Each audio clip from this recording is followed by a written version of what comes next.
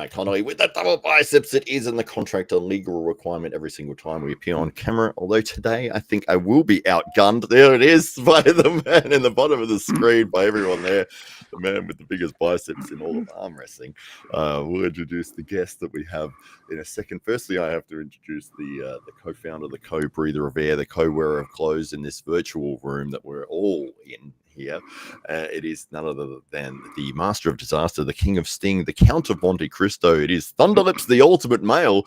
It is the winner of the David Stockbridge of the Year award, and if it, wherever it is, that you would be holding it aloft figuratively. That's right.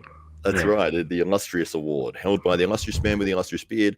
It is none other than your friend and mine. It is Dave Stockbridge. Stockbridge, welcome to the show. Thank you very much for that very warm welcome, as always, Hollywood Matt Connolly, and of course today we are joined by a multiple national champion here in Australia, an arm wrestling legend, a man that never, once you think he's peaked, but then there's a whole other level. He just continually evolves. He is arguably the strongest man on left hand on the continent right now. It is Brett Coutts. Thank you very much for joining us here on the podcast tonight, Brett Coutts. Thanks, boys. So you've had a lot of little twinges and things that kind of irked you, just as you felt in advance of Grand Prix at the AWE event in October that you were the strongest you've ever been. You were in peak form, and then just a couple of weeks before you got hit with injury that hadn't dissipated in time, and you also got hit by quite a severe virus from memory as well. And this all coalesced to kind of trip you over in the end in your final preparations. Yeah, I had a little latte, which was fine. That didn't really. I thought I was in trouble, and then I got the flu, and I was fucking. It's just dragged on and on, but I was still in pretty good shape. Like, I wasn't beating Rickard anyway. You looked amazing, and I was just trying to give you an excuse there as well. So yeah, but I was leaving the door ajar. No excuse. I still had some good wins. The adrenaline got me up at the time anyway. So. I still haven't found the key. It is indeed true that you are the one man that Ryan Bowen cannot beat. I love that. You do have a habit of reminding him in certain circumstances. We're seated next to him on long flights. Yep. It is enjoyable. I think it's every single time that you guys get together. It's like, when was that last time that you beat me? Oh, that's right. You haven't ever done that. Still. And it's the one he wants. I know he wants it, so. He came so close at AWE, the first Grand Prix. Yeah, nearly got a pin. Yes. It was an elbow foul. Yeah, I missed it. I had totally different. The strategy I had against Rickard was a lot more back pressure and just seemed to stop Ryan this time. So, because I was worried about that hit. He's quick, and So we were talking just a little bit off here. You've been seated number 2 now on 2 occasions at our AWE heavyweight championship events. And so how do you see the rest of the top 10? You were mentioning off air, Lachlan Carpenter's a real threat. You've seen you've seen several of the athletes over recent times and have gripped up with them. What are your feelings in terms of where the hierarchy now sits in the Australasian region? Left hand Lachlan Carpenter's feeling freaky strong.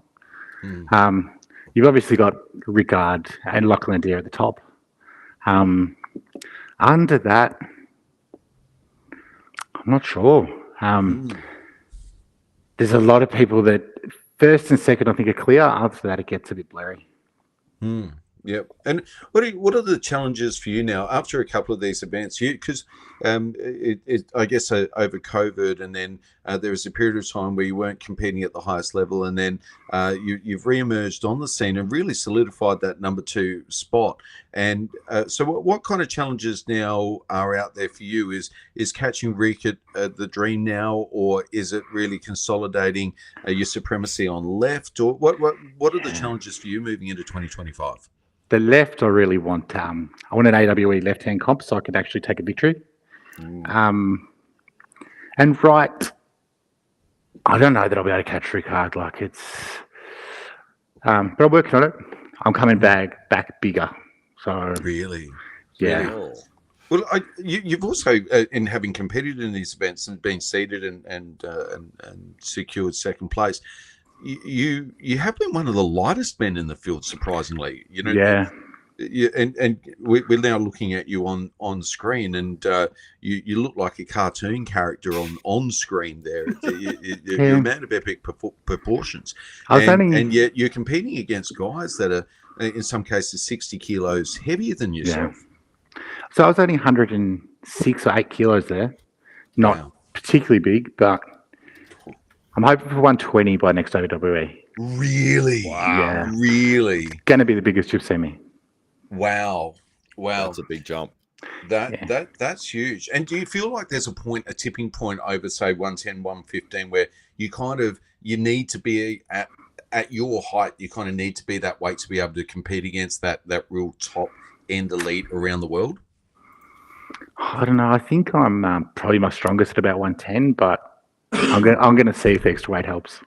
Yeah. Extra weight, extra strength. Hopefully, I don't tear anything again. So just, yeah. What were you thinking just while this match is lining up here? This was you and Ryan again, the first round in the winner's side. So you've got one victory against Stephen Carroll. Ryan's had one victory. And a little cheeky grin there. There it is. What was the plan going in here? Was it you were going to try to catch Ryan, or was it? Nah, I'm hitting backwards now, and it just seems to stop. But Ryan gave me the strap. It was like he gave me everything I needed. So by the time I was set up, I was pretty comfortable. But I'm always nervous pulling Ryan. Always. I don't want that loss. So as much as he wants the win, I don't want to give it to him. Yeah. Well, so keeping this winning streak going is creating a little bit of back pressure there. There's definitely. Yeah. Yeah, it's like, oh yeah, I don't want the loss. I don't want that one. Well, it looked like Ryan was very happy to jump in the hook with you on that one. It was like off the start here. You both immediately went inside. I think Ryan thought maybe I've got something for you, but that's your world right there on the inside. Yeah. Well, he said, I'm not saying this, but Ryan said to me, Lachlan Adair can't go through him that comfortable in a hook. So that was a big compliment for me. So if I'm anywhere near Lachlan. Yeah, absolutely. Well, we would love to see that. And you'd mentioned Lachlan off air. Is Lachlan one of those people that you'd like to perhaps have that super match with? Because when you have competed against these guys over recent times, it's mostly been in a tournament format. So, you know, looking to a good super matchup, who comes to mind as some of those people that do serve as milestones that you'd like to overcome in 2025 and beyond? Left hand, Lachlan Adair, Lachlan Carpenter. They're my main two. And Ricard, obviously. Left hand, just so we're even. Yeah. When I crush him. Right hand, I've got a lot of work to do. So I don't think I won't touch Lachlan Adair now. His hand's too strong, and he's too strong. Right hand, I'm not sure yet. I'm still coming back. Yeah. Yeah, so unfortunately, the pec injury seems to have plagued you the last couple of times we've seen you out. You've had the pec tear. Was it from the shoulder side, or that you're getting like a tear in the muscle? Yeah, Ryan's hand, he flopped his wrist just before the pin pad. So I rotated and then just gave a drive sideways. So my hand went like this, and I just went pop, and my pec just popped. So I think this time, a lot more physio, another few months recovery, before I do it. I pulled Sunday, and I can still feel it. So do you think when you're at 120, you'll be any less lean than what you are now? Do you think sometimes being that lean can leave you a little bit prone to these niggles? Yeah, maybe. I'd like to say I'll be as lean at 120, but I don't think that's possible. Yeah, hopefully a bit of the extra weight maybe protects me a little bit. And hopefully I don't get slower. Yeah. Well, there's all of these things to kind of counter it. There's a tipping point or a point of diminishing returns where getting bigger doesn't get you that much more, and it's going to be, I guess, an interesting journey for you. That's going to be somewhere between where you are at the moment and 120 kilos, and where that happens to be will be. Probably take some experimentation, I would say, over a period of time as well, just to see what the right fit is for you moving forward and what's comfortable in carrying around. Do you feel comfortable when you're that much heavier? I don't think I will be, no. And I'll probably snore, so I'll get in trouble. I think last time I've been to 118 and I snored like a freight train, so the missus was not happy. Yeah, I've had that same issue. I was like 120 kilos and was having sleep apnea and all sorts of things. But when I dropped down to near 100 again, it was all cured. But even sitting and watching a movie, I remember sitting in the cinema and I started getting a stitch after like an hour, and I was just sitting there like, what the hell is this? It's just because it's so heavy. So Brett, when you're thinking about what's coming up in the arm wrestling world, are you one of these athletes that's keeping abreast as to what other promotions are doing around the world and maybe some of the goings on to see where the opportunities are, or are you really one of those kind of guys that's just training hard and waiting for the phone to ring? How does it work for you, or how has it worked for you over the years? Good question. I was like last year, I was actively looking for matches. Then with the injury, I've just backed off. I'm obviously watching what people are doing, but I don't want to get. I want to wait to AWE in March. It's March, I think. I'll be fully recovered. Hopefully, I've done enough rehab on the pec so we don't injure it again, and then we'll go from there. Yeah, awesome. Yeah. Well, it's I guess when you're working your way through injuries, it's hard to plan too much further ahead. You really want to just get that first match out the way and get a win back under your belt and feel like you're coming away strong. Yeah, get the recovery done properly this time rather than rush it. And how did you feel with AWE2? I know you weren't 100% on the day, and then you got an injury halfway through it. But overall, you came second in the tournament. You had some pretty good wins over the rest of the field. Were you happy with your performance overall? Definitely. I love the event too. The double super matches kind of suit well. Even if I had taken a loss, I like that schedule. If you miss one, you've still got the opportunity to come back, because as it's not been the fastest puller, every now and then I'll miss one, but that gives you the opportunity not to be knocked out. I loved it. I was against that, by the way. I didn't want to do that, but now you want to do it, I guess.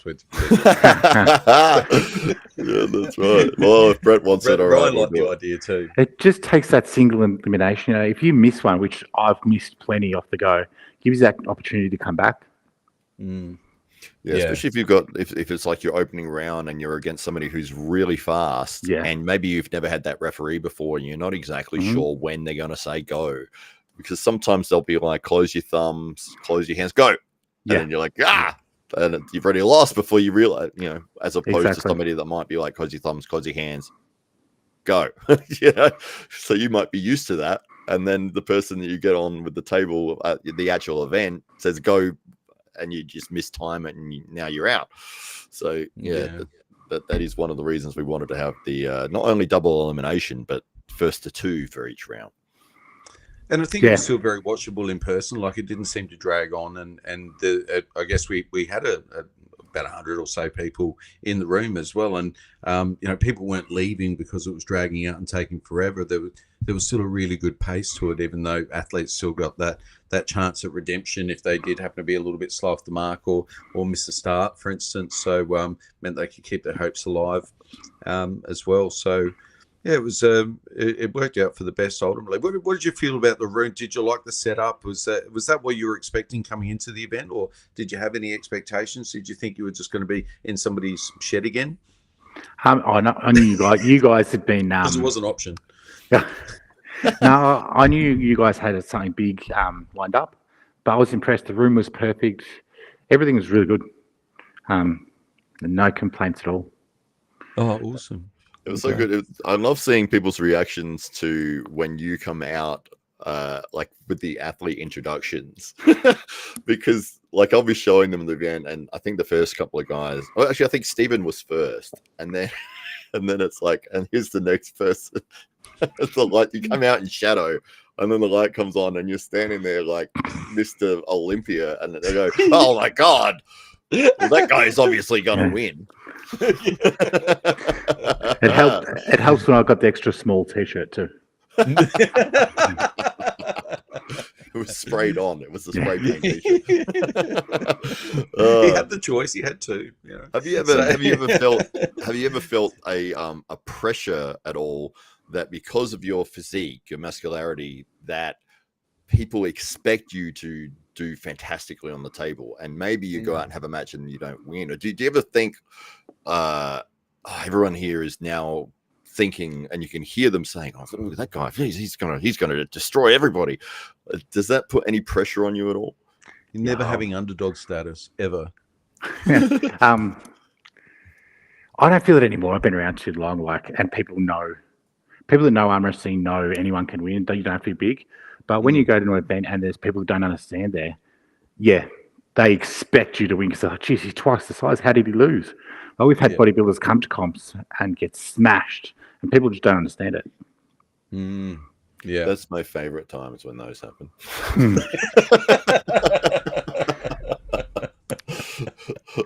Well, I did feel that when I started. Not that I'm anywhere near your size of physique, but like you know, I'm a tall guy, and I did hear when I first went to my first tournament, I'd only been pulling for 6 weeks. And it was like, oh, we got a tournament. This, you know, okay, I'll come along.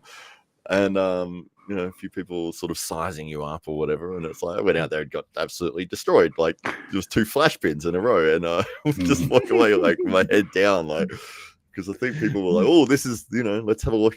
What's this guy?" And just get absolutely smoked. It's like, well, he sucked. He must be really weak. It's embarrassing. But you had a lot. I remember going around to Taryn's house, like when in the very early days that I started getting involved and getting interested in arm wrestling, and I went around there, and like they were genuinely excited that somebody was at, like, because I think Taryn was about 85 kilos and I was probably about 105 or something at the time, and they were genuinely excited, him and Leon, that there was a stronger person during COVID that was coming out to, and it was like it was nothing. Like I had abs, so it was just and just leaving that first time and seeing the disappointment on their face, like it was so sad. I felt like I owed it to them to try and I didn't know how to pay them back. I felt so bad. I still feel bad about it. Because they found you from the ArmBets app. Yes. Yeah. We were in ArmBets match. We were. It was like Tinder. Tinder for arm wrestlers. That's right. Yeah, but I remember they put your photo and your profile info in the group chat, and they said, "Does anyone know who this guy is?" Because you'd said, "I will beat anybody. I have my own table." Something or another, and it was like, "Who is this? Does anyone know this guy?" It's like, no. Who is this guy? Yeah. And then the next thing I hear is that Taryn invited you out, and destroyed me. Destroyed. Yeah. Disappointment. Yeah. I always prefer people's first time to be at like a club, you know, than a one-off sort of one person consistently beating them over and over. At least you get a variety of people beating you. And then you get But before we head away, can I just ask you, you've had the chance to grip up with some of the biggest names of the sport over the years. You've really been around the sport for a long time now. Who were some of those names that stick out in your mind that are kind of top 3, top 5 in terms of strongest hands, people that you've gripped up with? Not even close. I gripped up with John Bazink, and he was chatting to someone while beating me in a hook. But then after that, I was going to pull out of the comp. That was FitX. I didn't pull out. I won the 95 kilo class both hands. Then I beat Big Matt in the open both hands. And John was doing that to me. Yeah, John was. I've pulled Devon's, obviously Devon, but in a hook, John was like hydraulics. I've never felt anything like it. Incredible. That's insane. Incredible. Was it, Obviously. what were you thinking when it was taking place? Were you just like, I can't believe this strength this guy has? Yeah, I didn't even. It was hydraulic, so just smooth to the pad. And I thought there had to be something wrong with me. I was going to pull out of the comp. I was going to go home. But no. I didn't feel the tear, but there must have been one. Something's wrong, yeah. But he was just chatting casually while just hydraulically pushing my hand over. Like, it wasn't even trying. There was no body movement. It was just arm, hand, bang. And where I was strong. Where I was at my strongest. Not like he was taking my hand. Yeah. Wow. Yeah, that's next level, isn't it? I mean, that's just absolutely ridiculous to think. And then, you see people go and have a match against him and do well. And it's like, my God, how strong must that person be to do well against somebody that was just casually destroying me while chatting to somebody else. It just shows you the levels that are at in this sport. It's absolutely ridiculous. I think John's lost some of his angles now through injuries and that, though. So he does it when he came here. It's probably past his prime, but his hook was amazing. It was so good. What about Danny Tesh, and are there any other names that kind of come to mind as you're forming this top 3, 5? Danny Tesh pulls very similar to me, and I'm bigger. So it's a bad matchup for him. It's the same as Andy Bosic pulls. His winning angle is the same as mine, so it's hard for him. He's got a better hand than me. Like, he stops people that I don't. It's hard to pick Australians. And when I went to Worlds, I got flash pinned by nearly everyone. I mean, I was still learning, but yeah. You've had matches with Ron Barth and everything. Yeah, Ron Barth past his prime when I pulled him. He still killed everyone right hand, but yeah, left hand was a great match. Wow. You might be one of the few people up until recently, really, to have made a significant amount of money from a super match. You were sharing a bit of a story with us at AWE about how all that came about. You were probably at the time the highest paid arm wrestler in the world. Yeah, well, someone say paid, it was gambling. But yeah. I went to Malaysia and won a little tournament. Well, I was drunk at a festival and I won. They invited me back for a super match. So, I was thinking I was amazing. I'd never had my ass handed to me. So I went over. I went back about 10 kilos heavier, and it was my 20,000 against their 20,000, and I crushed him. First round was just easy. He didn't come back to the table for 45 minutes for round 2. Came back. He's gone. Like, no, he was still there, but we were in the back blocks too. We weren't in KL. Like, we were 2-hour drive out at some little place. So we don't know where we're going to get paid. You think you said you might be dying. Yeah, getting out of their lives a priority. Yeah, we're going to find us floating in the river. But yeah, rounds 1 and 2, the same thing. Just he tried to take my hand, couldn't, and I pinned him comfortably. Then they just gave us a shopping bag full of cash. Like, it was 60,000 of their money. So I just grabbed the cash, jumped in a taxi. Got back to the hotel in KL, and it was to the dollar. Wow. So, wow. That's incredible. Someone from here went back, Nick from Sydney went back 12 months later, and I think he lost 10 or 15 grand to the same guy. So, okay. And he saw me win, think, it's easy money, and then got done. Wow. Maybe that was the hustle, thing, isn't it? Yeah, that's not it. Yeah, they've had like 20 guys from around the world go back since you. Yeah. That's different styles. Nick was a top roller and just couldn't do anything. My hook just, Doesn't matter. If you beat someone, doesn't mean it always works out that way. That's an incredible story. Yeah, I just want to quickly acknowledge some of the people that are in the chat. We've got some of the legends of that are always in all arm wrestling streams around. We've got the Drew 24, of course, always the Drew is here. We've got Lucky from the Lucky Ones podcast, promoting female arm wrestling. She has a fantastic podcast on Saturday nights in the US. You should check it out if you haven't. Dominic Lawrence is here. Great to see you, Dominic. Kyle Davison is also jumped in to say hello. God, I don't know how you say this name, Kuras. It's one of the guys who loves to jump on the 98% podcast, and he's a very funny guy, but he's obviously in the US, and he said that all the other Americans that are in here should be asleep because it's probably 3 a.m. or something over there. But we've also got Muscle Bike, one of the legends from the UK arm wrestling scene, and he's given us a super chat here, and he says, happy belated New Year, Matt, and crowd arm gods, ho! So there we go. Thank you, Muscle Bike. Very, very cool. Oh, and Ashley Hoetter's here too.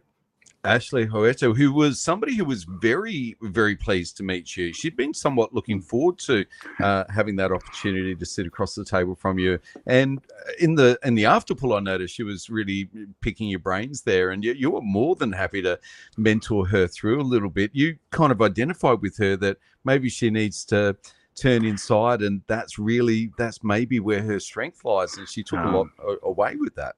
Ashley can do anything. It doesn't matter. Yeah. Like, she's just mopping the floor with everyone no matter what she does. But she's definitely got way more potential than she's accessed yet.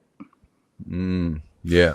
And sometimes when somebody is so much stronger than any of the other people around them, it's hard for them they don't really have to find those ways. They could she'd probably get by being a top roller and have a successful career, but for her to then kind of discover this about herself and to have you kind of make some of those suggestions has probably changed the game for when she does get to that next level, or when she does hit that ceiling and finds that opponent that's her nemesis that she's just struggling to crack through.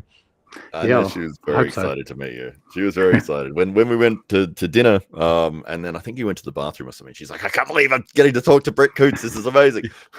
She's awesome.